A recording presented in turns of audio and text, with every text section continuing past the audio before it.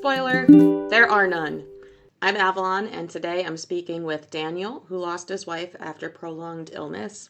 In this episode, we discuss secondary losses, the financial and physical aspects of grief and loss, and also the importance of faith in your healing journey. I hope you find something helpful in this episode, and I hope you enjoy. Awesome. Sweet. So, hi, Daniel. Welcome. Welcome to the podcast. Tell me about your wife. Well, Sarah and I were married for almost 5 years. She passed away back in 2017. We had a beautiful short marriage by some measures.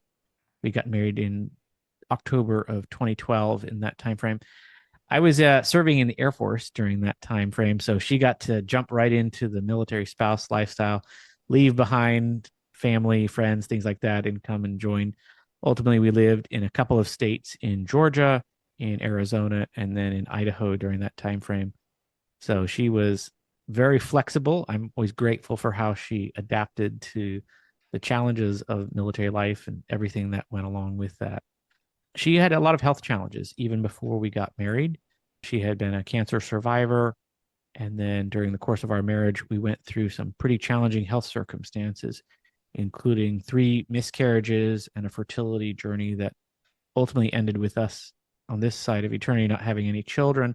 She also became sicker and sicker. We saw lots of different doctors, many visits to specialists who never really could pin anything down on one specific cause. I mean, there were a variety of things that she got diagnosed with, but ultimately what the impact was, I became more and more her caregiver, such that for the last year or two of her life, she was mostly homebound, bedbound, in some ways just lack of energy for the majority of the day. That ultimately slowed down my military career and led me to start thinking about getting out.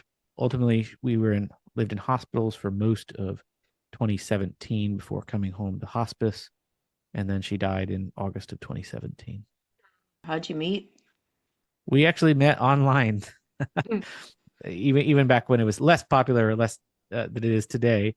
But yeah, we met on online in 2012. I had been very busy with work. I was striking out in all my social circles in trying to find somebody. So I always joke because I was on the particular platform for 3 days when we got matched and met digitally, if you will. She had been experimenting with online dating off and on for several years. So she always loved to tease me about that. Like my experience was very different than hers in that sense. Yeah. Have you tried online dating recently at all?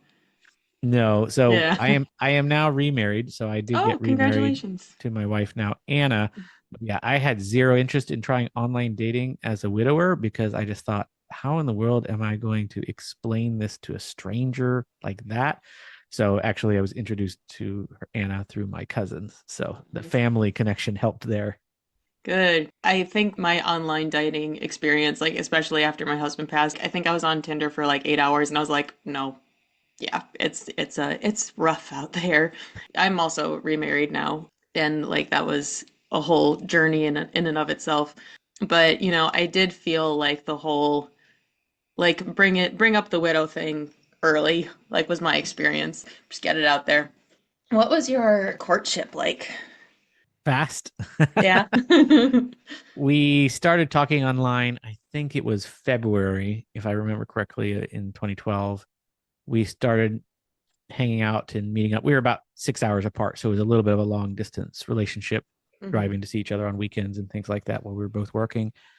And so we started seeing each other in April, May, and then we got engaged in August. So we knew pretty early on that this was going someplace serious. We had originally planned to get married later on in the next year in 2013. I was scheduled to go on a deployment, and the military kept changing it back and forth. I don't remember how many dates we had set and then had to change. Thankfully, all refundable deposits related to that. But finally, we were like, well, this is crazy. Why don't we just speed the wedding up? So we did, and we moved it up to October. Hmm. So I think ultimately, all in, Sarah planned that wedding in like less than 6 weeks from Wow. when we finally said it. So we hurried it up. It ended up working out.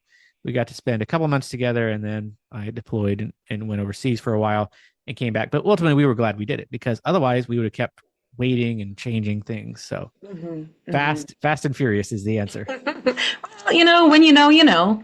I think there are some instances in life where it's like, why bother waiting? Like we got engaged really fast and got married pretty quickly, and our marriage was very brief. On some level, and we'll get into like spiritual beliefs in a little bit because I feel like that's something that's important. But I personally feel that on some level, we kind of knew that we didn't have a lot of time together. And so it Mhm. felt really important to like, go full steam ahead. Did you have a similar experience? Yes.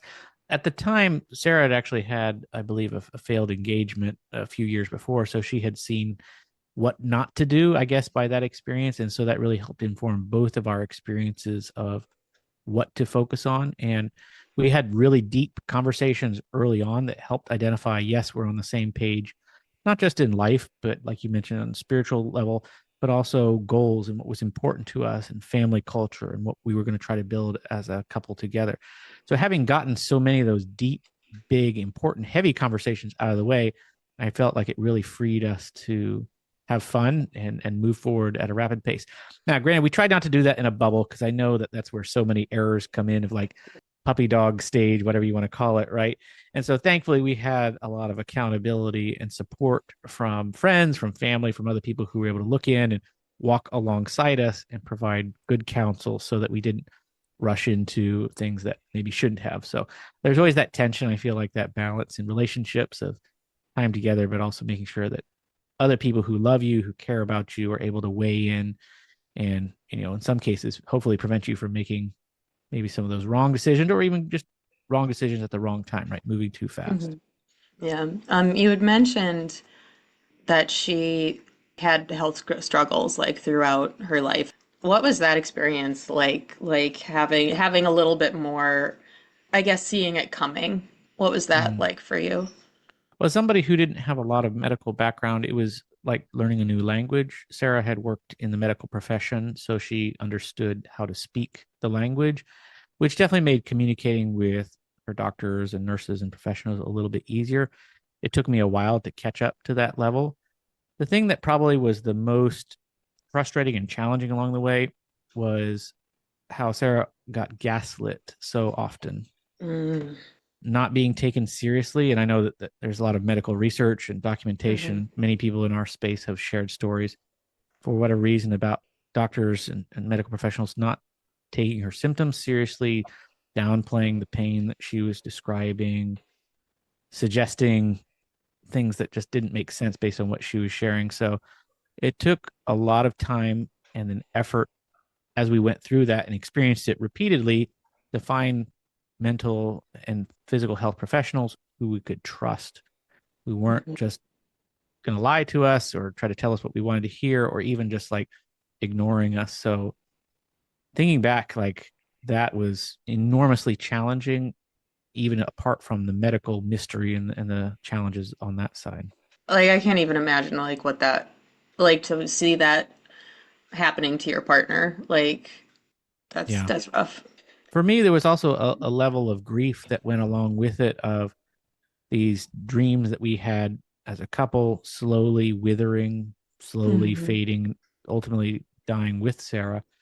But also for me, my career also had that same impact. So looking back with benefit of hindsight, I realized I personally was also going through a deep, dark depression stage because not only was the relationship being impacted, but my career was as well. And that was something that I had had a lot of hopes and dreams about related to promotions and strategic long term and staying in the military for a long time that ultimately I gave up, slowed down, pulled back.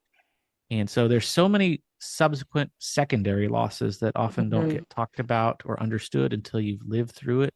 I'm sure you could tell many of them, but it's like, hey, we had dreams of traveling abroad, and that hmm with medical history just was not a possibility. And then there's the secondary losses that even come after a spouse's death, where I like to call it like I outsourced memories. We Yeah. had experiences together, and Sarah remembered that one thing, and now she's gone. And I don't remember it the same way because she's not there to share that story. Each of these represents losses beyond just the loss of a spouse or a partner, and how grief hmm can just impact us in so many different ways. Yeah, I think another part that people don't often think about or realize is like what it does to just your brain chemistry. Mhm. Like basically rewires your nervous system on a very base level, and I don't think we often talk about that. We call it widow brain, you know, that first year where you just can't focus on stuff. Yeah. And I think that's another thing that people don't really talk about is like the actual like physical impact it has on you as a person.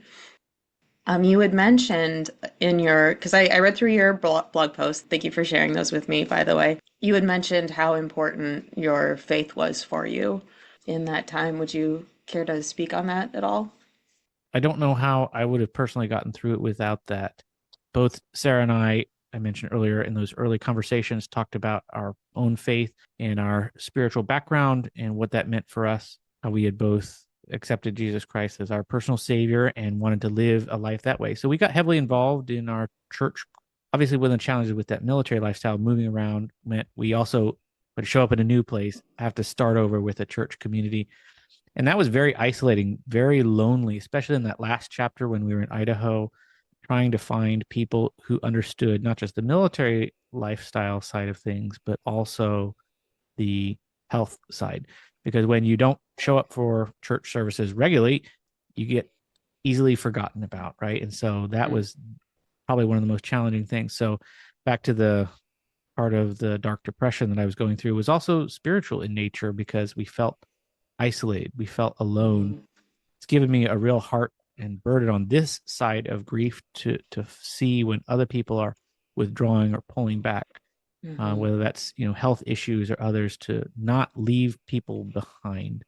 But Hmm. personally, going through the grief, I mean, in those early dark days, there was nothing else that I could turn to except for many parts of scripture. And talking about, one of our friends often described Sarah's body using some of the words that the apostle Paul talked about in Second Corinthians as a her broken jar of clay.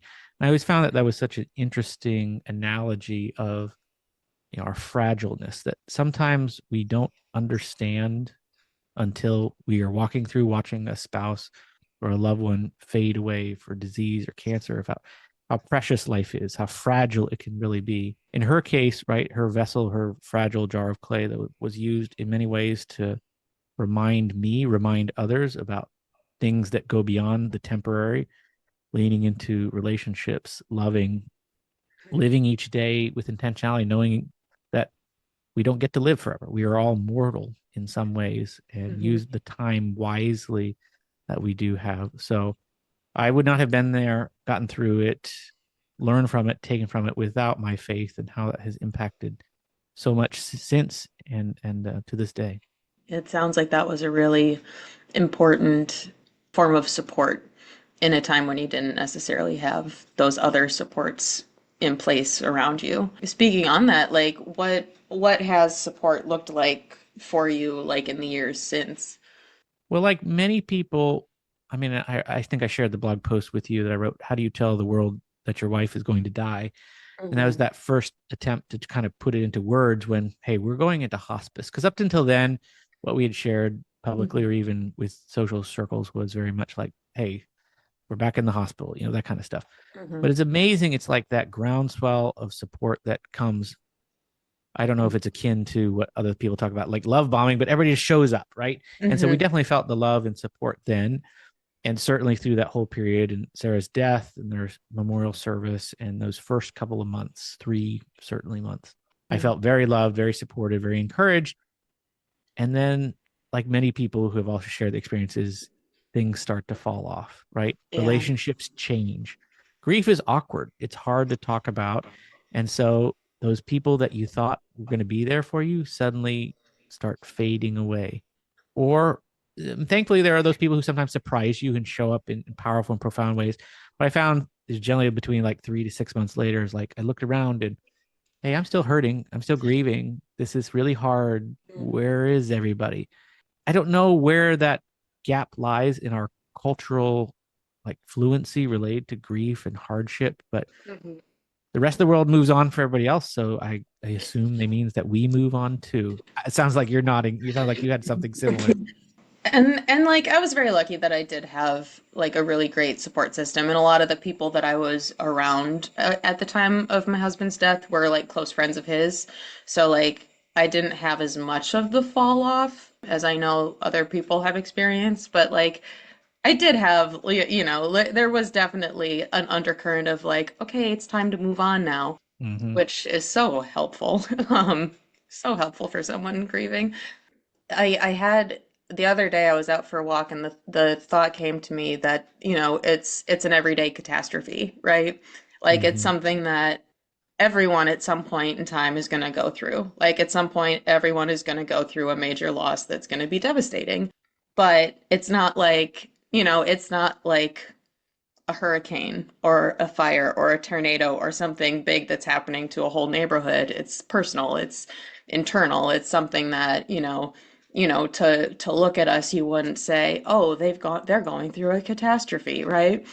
But it's like it's being ground zero to a catastrophe. And yeah, the people further out don't always know that you're still in the like recovery stage. It's definitely, things of like you said, the internal battle, the internal struggle.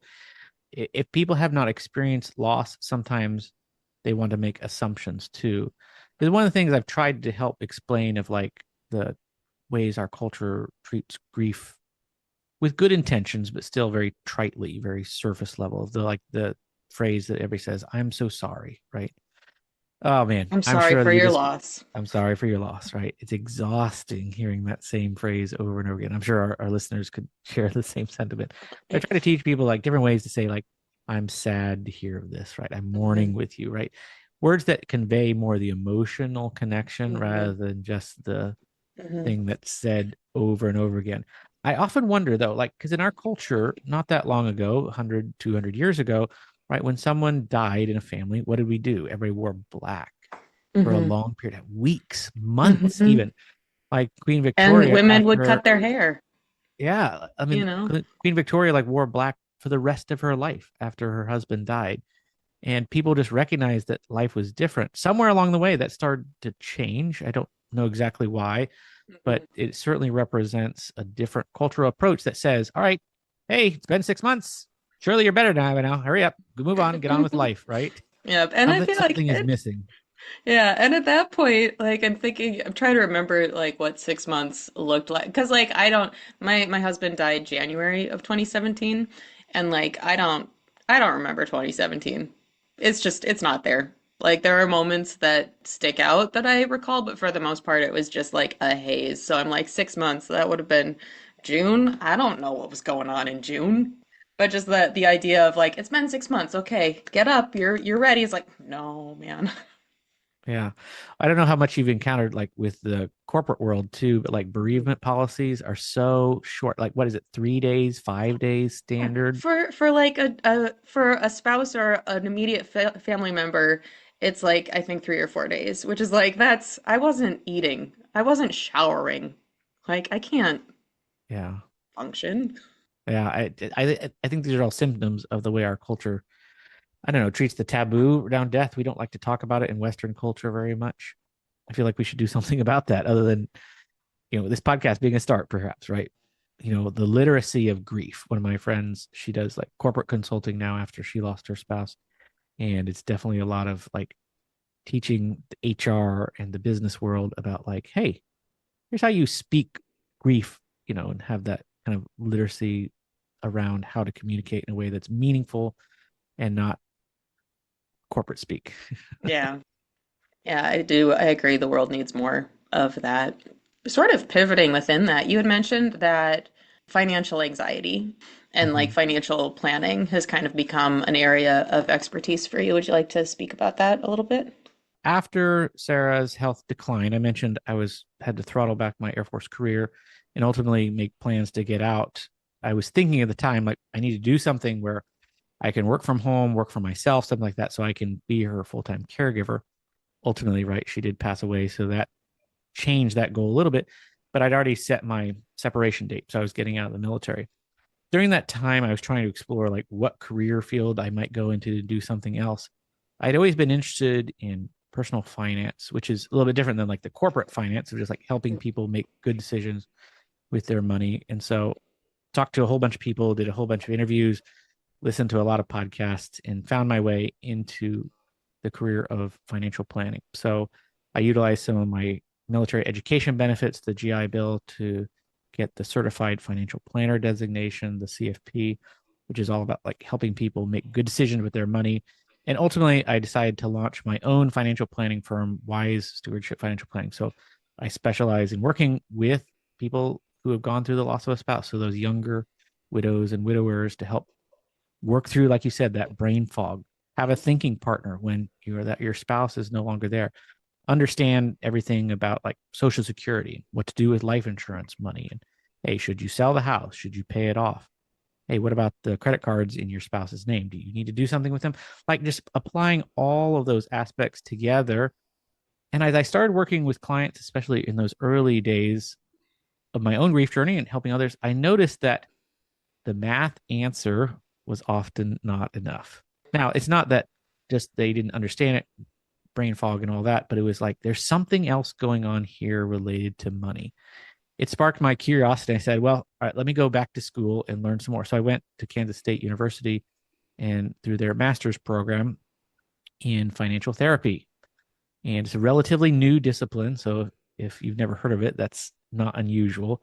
It started only about 10, 15 years ago as far as an academic discipline. And what it is the blending of the world of mental health. So think therapists, training tools and techniques that have been used for long, long time, decades and decades, and just applying them in the realm of money. So for a long time, therapists, mental health professionals, they don't talk about money. In fact, many of them don't, right? You go, I'm really stressed about my budget. Okay. They're going to talk about like other things, but they're not going to talk about the dollars and cents. And on the other side, the old school financial advisors, I'm here to talk about your investments, the S&P 500, this, and, all that kind of stuff. It's like they weren't dealing with emotions or, like you said, financial anxiety. So I'm working with these widows. They're having a lot of financial anxiety. I'm like, what is going on? So studied a lot of research related to that and ultimately found what I feel like is an answer, or at least a tool in helping all of us better understand our money story. And what I mean by that is our life experiences, particularly in early childhood and from the family of origin, give us a relationship with money even before we can even put it into words. Think of it as the lessons that are caught, not necessarily explicitly taught to us growing up. So if you grew up in a household where money was a source of financial stress and anxiety and fighting between mom and dad or things like that, that translated into how you approach money later on. And then especially if you get married, right, they show up with a different money script, a different money story, and all these things start to come together. Now you lose a spouse, your spouse dies, and now you suddenly are thrust into the role of what I call household chief financial officer, and you have to deal with everything. And oh, by the way, it's totally new and different because there's probate potentially, right? Now you're having to fill out beneficiary forms and do all this stuff. And maybe you and your spouse delegated roles. So you did more of it the other, and now you're having to do it all. And it should not be a surprise, right? In some sense, like anxiety shows up, like financial anxiety, that even if you knew all the math, right, it's not enough because you have to deal with all these other things. Like you mentioned trauma earlier, it just stacks one on top of the other. And so what I've gone and tried to use more like some of the therapy techniques like solution focused acceptance and commitment therapy, narrative therapy, and utilize some of these techniques that therapists have been using for a long time and just apply it in the realm of money. So I'm not trying to be a licensed therapist. I'm not diagnosing, treating, or prescribing. I'm just using techniques that we know work from academic evidence, from the literature, and apply it in the realm of money. So that's a really, really long answer to your question about what that looks like and feels like. If someone were to hire you to like help them with their financial situation, what would like a session or a consultation look like? Hopefully it's me asking a lot of questions and saying, oh, that's interesting. Tell me more about this, that, or the other, right? Mm-hmm. So it's pretty common for someone in that early stage of grief to just feel overwhelmed, right? A lot of it is just a tactical approach, which is, well, let's break this down to the smallest possible next step. And then at the same time, recognize, hey, you still feel overwhelmed. Well, what are the things that you've already done? So celebrating the past successes. And then to the extent that putting decisions into what I call now, soon, and later buckets, right? Mhm. Some decisions have to be made now. How do you deal with probate? How do you fill out this life insurance form? Then you can triage other decisions as soon. We'll take care of that next month, or that's a later decision. We'll talk about college funding next year or something like that. It's that reasonable time frame. So you can look at each of these decisions in turn. And then my role using some of that financial therapy training or integration is just pausing on things where you might get stuck. Let's explore. Like you use the word uncomfortable. Tell me Mhm. more about what that. You might reflect back on a past success. Has there been a time in your life where you have felt financially comfortable or felt really proud of where some of the things you've done in your life and past? What was different then? Unpack that, explore that, and say, are there lessons that, hey, you did XYZ in the past? Is there a way you could utilize that same approach here? Oh, yeah. Hey, you wrote everything down in one place. Let's try using that. So it's all about helping the client be on their own journey of self Mhm. discovery, just do it in a way that's empathetic, that meets them where they're at, instead of just talking about your investment portfolio. It sounds like a very like gentle and therapeutic approach to financial planning, which Yes. again, like I don't think I've ever used the word therapeutic and financial planning. Like I don't think I've used those in the same sentence before. Yes. It is certainly a very small discipline, hopefully growing. There, I'm a part of the Financial Therapy Association, the FTA, and there are many other people in there. Our readers or listeners are interested in finding more about that. But yeah, it is certainly a minority. I hope it becomes more popular, more well known. But yes, I'm not surprised that you haven't heard of it before. Most people Right. haven't.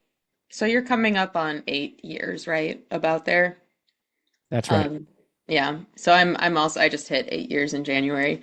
Is there anything that you know now, like on this side of the journey, that you wish you had known then? A lot of it relates to the personal physical impacts. I think I Hmm. was not understanding like the physical stress that I went through and my own health challenges as a result of that. Hmm. I'm not being patient enough. I mean, I probably took 3, 4, 5 years before I started to feel physically like my old self again.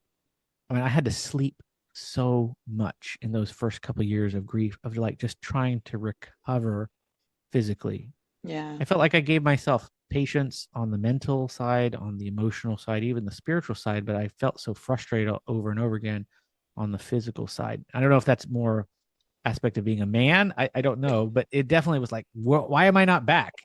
And so just learning to be patient with myself and at the same time take care of the medical, the physical, the vitamins, the Hmm. blood levels, like getting all that kind of stuff checked and worked on. I should have done that sooner and then at the same time been more patient as it took longer than I thought. Do you feel that your wife's medical journey did that inform your like moving forward, like your knowledge of your own physical health at all? Yes, but at the same time, like I talked about being the gaslighting, it's definitely made me more distrusting, Hmm. harder to lean into traditional medical advice. So that has certainly been a tension I still navigate to this day. Yeah, I hear you. Do you do anything like for anniversaries and birthdays and stuff like that? So every birthday, we do still celebrate Sarah's birthday. And I'm so grateful to my wife, Anna, for the first time that Sarah's birthday rolled around. So after Anna and I had been married a little less than a year at that point in time, she surprised me. She didn't even tell me she was doing it. It was Sarah's birthday. I was a little down, a little sad that day, but also remembering and celebrating. I had called like Sarah's mom, and then Anna brought out a birthday cake, surprised me, and we sat there and talked and celebrated and ate and reflected on the special time. Our wedding anniversary has been less of an important date for me. I don't know why, but it's just not as significant. So the birthday and then the anniversary of her death, which is such an interesting contrast for me because it's Hmm. the same date as my parents' wedding anniversary. I think that's why it's always more emotionally poignant and sad and sorrow and yet joyful at the same time because to celebrate what we did have for those few short, wonderful, intense years and to reflect on this same time that here, thankfully, my parents, 40 plus years later, whatever it is now for them, of what a long marriage can look like and to celebrate and remember both. So it sounds like you're, and this is one of the things that I struggle with. Like, do I call my husband now my current husband? Like, my second husband, I sometimes I'm like my dead husband and my living husband. I don't know. It's like how do we, and it doesn't really matter, but it sounds like, your wife, your now wife, Yes. it sounds like she really understands and is able to support you within your journey. Like, does she have a grief? Did she have a similar experience, or is she just awesome? Mostly awesome. So back to the introduction through cousins. So Hmm. she had lived a very parallel life to me. And so Anna had watched from a distance as Hmm. family shared stuff on social media and things like that. So at the time she had no idea what was going to happen, but she Hmm. was familiar with our story. So when we finally got connected and talking, I didn't have to explain all of the stuff. And the fact Yeah. that I guess she was willing to have that conversation and start dating and talking and all that kind of stuff probably meant that she was okay from the beginning, obviously. But it was definitely a thing of like she had gone through sorrows and challenges and hardship in her own life and was willing to lean into that. But it wasn't like she had been widowed herself. I mean, I Hmm. see those stories in a lot of the widowed groups that I'm in about people connecting and finding love in that way. But I Hmm. don't think it's necessary so long as that next person that comes along is willing to entertain. I'm Hmm. sure you could share parallel stories as well of like, there's challenges, right? How do you Oh not yeah. make unfair comparisons, either inside your own head alone mentally, or on the off chance that you ever make the mistake and speak it out loud, right? Right? It's like never say it out loud. And balancing those tensions. I'm sure that's a lifelong journey in some ways. Yeah. How have you like navigated that together? Open dialogue and extra support, sometimes even with a neutral third party like a therapist or a marriage counselor or something like that, just to ensure that we're letting our relationship be our relationship and not Hmm. trying to bring in that which was before.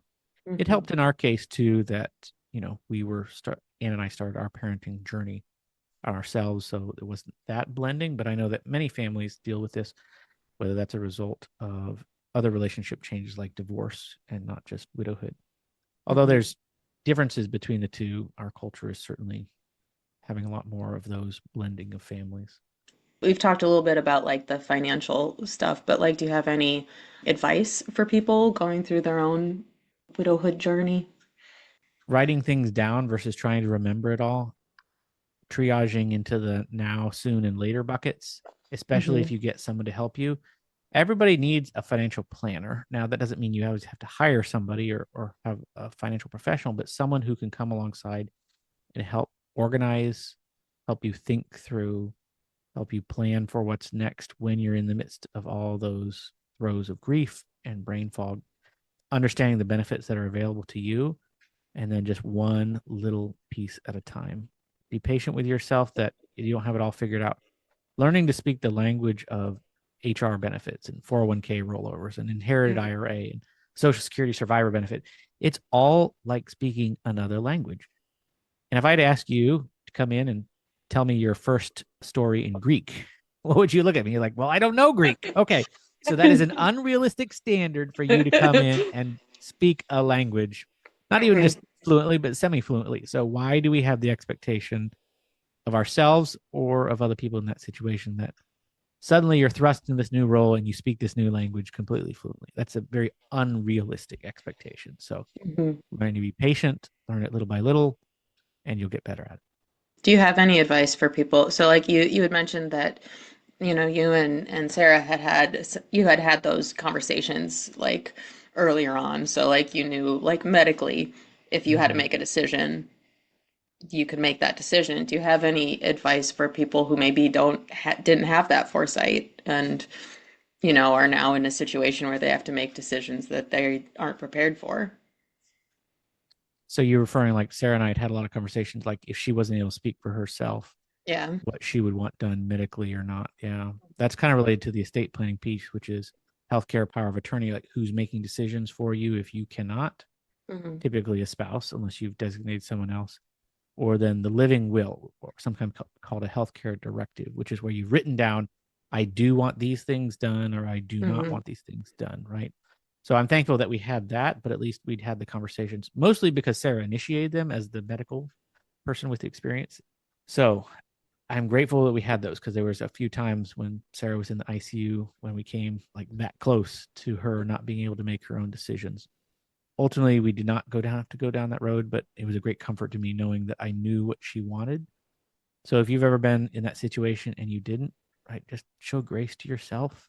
There's a lot of things that we probably all wish we could go back and change, hindsight being 2020. Estate planning and all these discussions are all about gifts of love. And when you love someone and when your spouse loved you, they would not want you to carry heavy burdens around about what you wish you could have done differently. Yeah, ideally, you could have had those conversations, but we can't go back and change the past. So think about the gift of love that deceased spouse or partner could give to you and say, hey, it's okay. You did the best you could with what you knew at the time. And that's Yeah. probably an ongoing journey, not like a one time let it go. Even 8 years out, there's still things that, one of the things that, like, I personally feel and believe, like, searching for meaning within the experience can be very helpful, but trying to find a reason, Mm. like, is gonna drive you crazy. Is there anything that we haven't discussed that you would like to talk about? Well, I pick up on what you just said there, which is all Hmm. about is there purpose in the pain? I think is Hmm. an interesting thread to pull on, Hmm. which is in the moment, pain just feels hard. And you can read books and resources and things like that from anybody who's gone through hard times, right? Hmm. Viktor Frankl, I don't know if you read his book, Man's Search for Meaning. So he's a concentration camp survivor from Hmm. World War II. And it's his attempt to look back and wrestle with everything that went on and to find a way and to ask the question, why did some people survive in some of those circumstances that seems beyond even human imagination? And the thing that he walked away with, a lot of the people who maintained a sense of purpose, a sense of something beyond themselves, were able to endure Hmm. unspeakable conditions, right? Versus people who, for whatever reason, just let go or didn't have that same drive or that intensity, were not able to through the same exact circumstances. And so I wonder how much like those of us who have gone through grief, with time and space and reflection, have the ability to look back at the pain and the sorrow and the grief that we still carry, right? It's not like it was a one time event. We're on a grief journey. Our life will evolve, it changes. The pain is there. Sometimes our life grows bigger than that, grows beyond it. But to utilize and look back on the pain and the purpose that it can give us to go and help other people. Back to the spiritual piece, right? The Apostle Paul at one point talked about like, go comfort others with the comfort that you have been given. And I think about that Hmm. a lot today, even like what you're trying to do with this podcast, right? Take what you Hmm. have learned, take what other people have learned along these grief journeys and go use it to help other people, right? Maybe that's as simple as one on one conversations. Maybe that's finding ways to share your story with the broader world and educate them, the grief literacy that we were talking about. Hmm. But don't let your pain be wasted, right? Don't just No. sit there and turn it inward, turn it outward in a way in which to make a deeper impact and change other Hmm. people's lives and maybe reach others that were, earlier on in that journey themselves. Yeah, one of the phrases that has come up for me a lot in the last however many years is the only way out is through. You Mm-hmm. know, at least for me personally, that first year, particularly that first year, when I wasn't numb, I was self-numbing. It was a Mm-hmm. lot of that kind of stuff. And, I realize now how much that actually just prolonged the process. It didn't fix it, it didn't make it any better. It just meant I had to work on it later.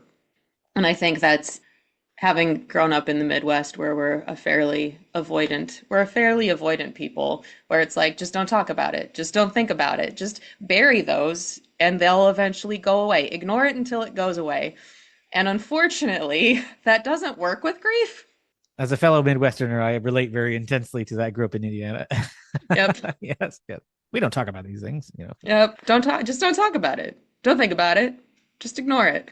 Yeah. I mean, that's the family of origin, right? We Hmm. speak, we understand, we live these lives with all these unwritten rules. Sometimes we don't come into conflict with until something like grief comes along and forces us to confront this way that we've lived or been taught or Hmm. raised. Sometimes doesn't always work really well. Yeah. Yeah.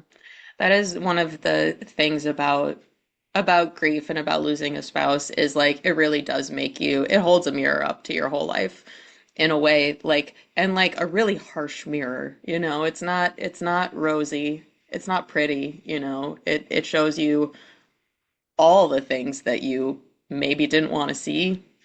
Hmm. And Yeah. there can be power in that. There can be, growth in that. But, it's like whether or not you're ready to see it, there it is. Yeah.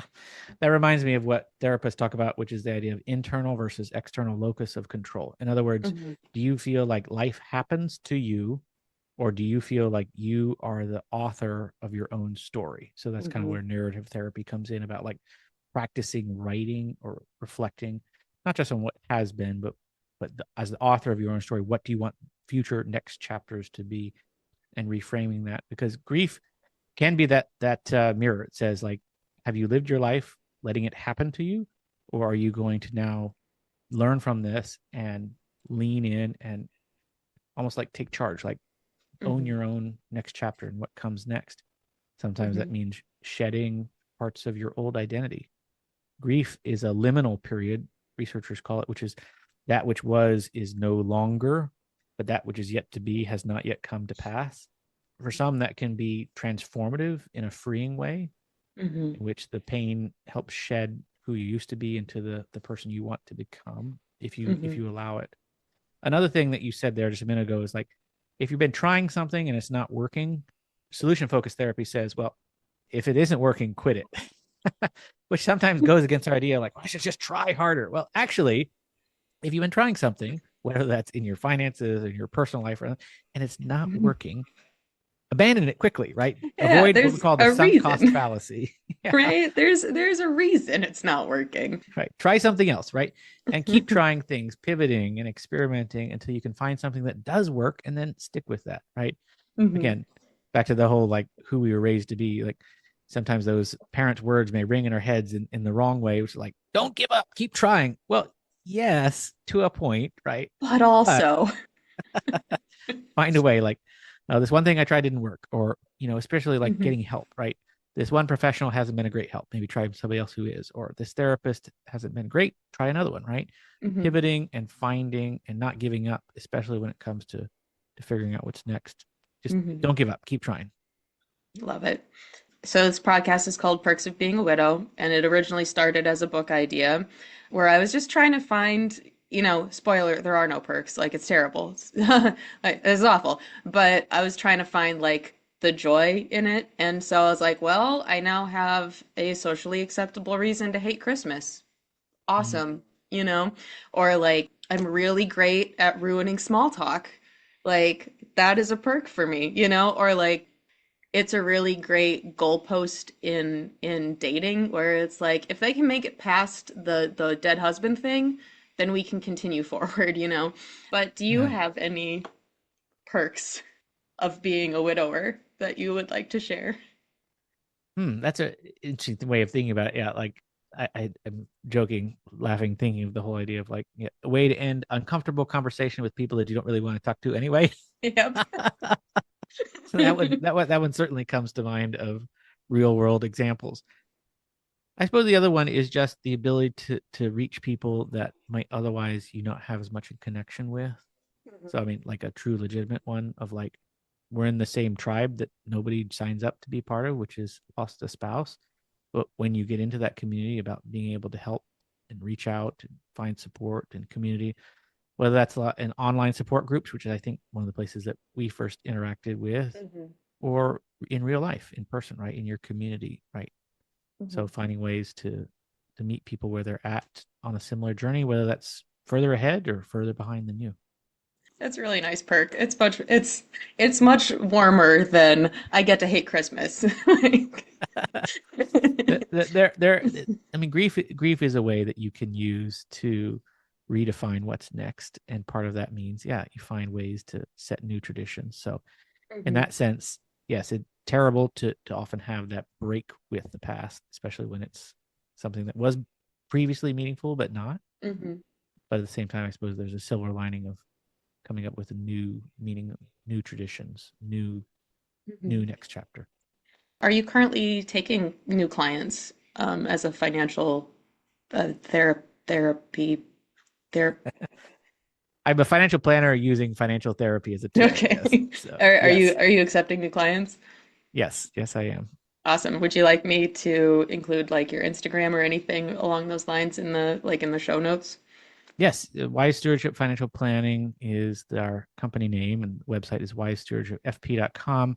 There's a link on there to like book an initial consultation over Zoom. So I work with clients all over the US, Oh, sweet. and it's a free process to do that. And I'll have the social handles there as well. Sweet. Thank you. I don't have any more questions. Is there anything else you would like to discuss in our next few minutes of time together? I feel like we've covered a lot of ground here, Hmm. and there's so much that could be said about grief other than this idea that, again, what is not yet next. So this transition from one phase of life to another. We haven't really talked too much in here about how it impacts relationships other than sometimes friendships Hmm. will fall away. But, thinking of another perk of being widowed is like you find out who your real friends are, the people who really lean into you. Because if Hmm. they hung with you through something like this, like it's a level of commitment. So I'm thinking about like people who have stuck with me through that thick and thin, and I'm grateful for them. I wouldn't have gotten to know many of them in the deep ways if I hadn't gone through this experience. So, to the extent that you get to know and see people on a deeper level by watching them walk with you through the grief, that is a small gift in and of itself. Awesome. Well, thank you so much for taking time to speak with me. Thank Yeah. you so much for having me on. I really Yeah, appreciate it. of course. Thank you. Thank you so much for listening to today's episode. If you are interested in being on the podcast, please email me at avalon@perksofbeingawidow.com, or you can find me on social media on Instagram at Perks of Being a Widow. Thank you so much and enjoy the rest of your day.